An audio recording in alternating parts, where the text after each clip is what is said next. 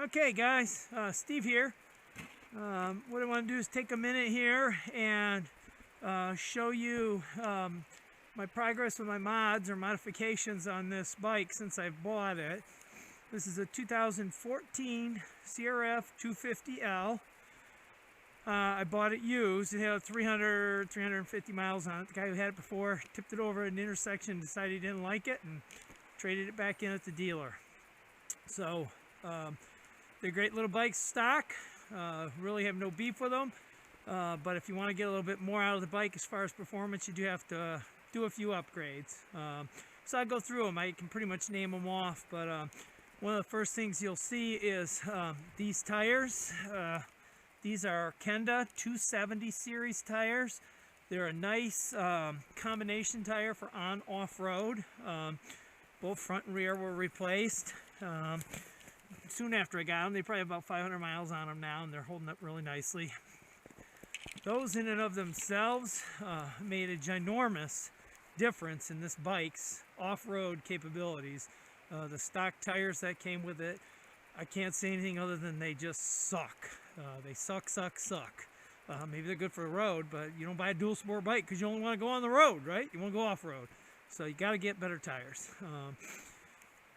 The back tire, they come with the ability to put rim locks in. I don't know if you can see that right down there. I did add a rim lock to the back tire because I do a lot of horse playing and spinning and stuff with it. And that's going to help if I run lower temperatures to keep the wheel from spinning on the rim. So that's the one thing. One other thing you can't see, but it's right underneath this. This is aftermarket Zeta front sprocket cover. But these come with the standard or stock 14 tooth front sprocket. I upgraded it to a 13 tooth, which, believe it or not, makes a huge difference in the responsiveness of this bike. Some people even upgrade the back sprocket. I haven't done that yet because I don't want to lose highway speed. There is an aftermarket chain guard here and guide on the bottom. Those are both made from Zeta.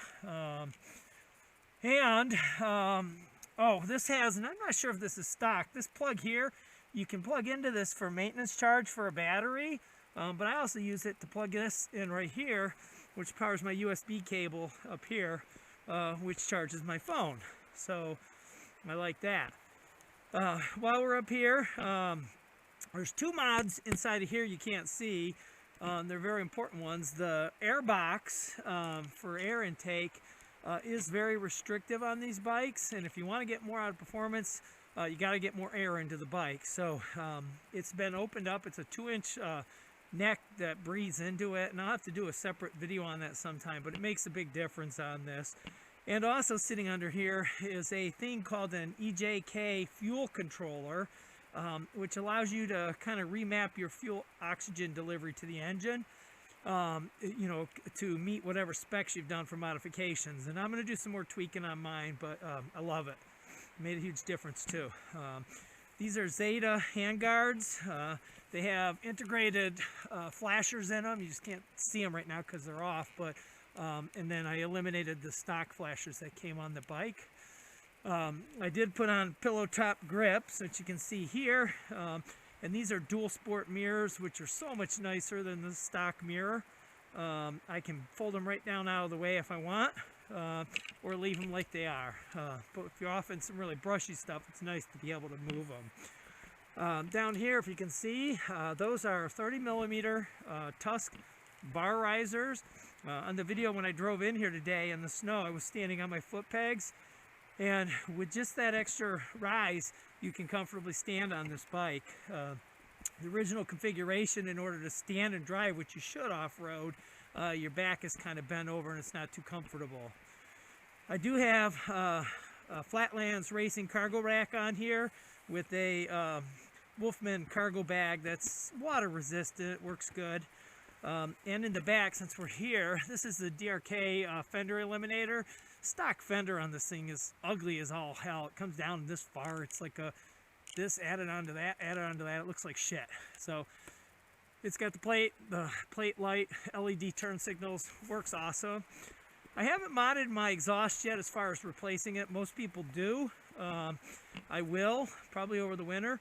But I did take out the spark arrestor because it's not needed around here, and it does allow the exhaust to breathe better. So that's been modified.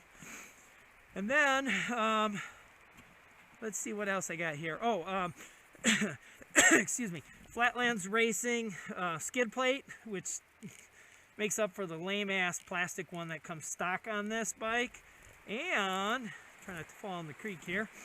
And Flatland Racing radiator guard. Again, the stock one is a stupid-ass plastic thing that really offers no value. So those are big things to add. My most recent modification, and actually very inexpensive, was like $80 and a little bit of my time, is right underneath here.